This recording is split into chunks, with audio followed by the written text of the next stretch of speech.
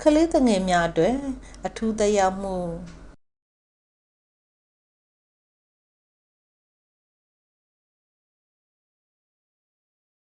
ကလေးတွေအတွက်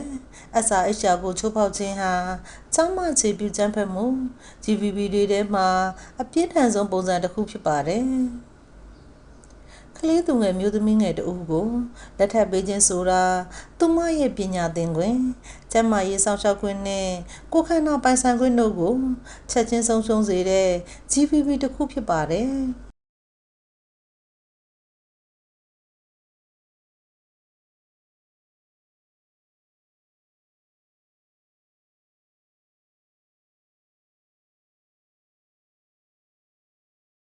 ကျောင်းပတ်ဝန်းကျင်မှာလည်းဆရာသို့မဟုတ်ကျောင်းသားအချင်းချင်းကြားလိင်ပိုင်းဆိုင်ရာစော်ကားမှုများသည်လိင်နှင့်မျိုးဆက်ပွားကျန်းမာရေးနှင့်အခွင့်အရေး SRHR ကိုချိုးဖောက်ရုံသာမကပညာသင်ခွင့်ကိုပါရပ်တန့်စေနိုင်ပါတယ်အချုပ်အားဖြင့်ဆိုရသော SRHR ချိုးဖောက်မှုများသည်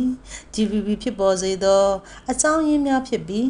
GBV ရဲ့အကျိုးဆက်လည်းဖြစ်နေပါတယ်လူတိုင်းမှာကိုယ်ခန္ဓာကိုယ်ပိုင်ဆိုင်ခွင့်လိင်နှင့်မျိုးပေါင်းမှုဆိုင်ရာဆုံးဖြတ်ခွင့်တွေရှိပါတယ်ဒီအခွင့်အရေးတွေကကျောင်းမမညီမျှမှုအပေါ်အခြေခံပြီးဖိနှိပ်ချုပ်ချယ်ခြင်းက GBV ဖြစ်ပေါ်စေတဲ့အဓိကအကြောင်းရင်းဖြစ်ပါတယ်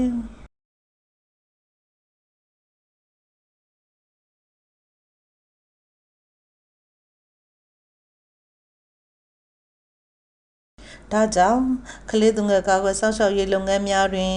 GBV နှင့် SRHR ကိုခွဲခြားမထားဘဲပေါင်းစပ်ဖြည့်ရှင်းဖို့ကအလွန်အရေးကြီးပါတယ်မိတ်ဆွေတို့ရဲ့အမြင်တွေကိုလည်း comment မှာမျှဝေပေးခဲ့ပါနော်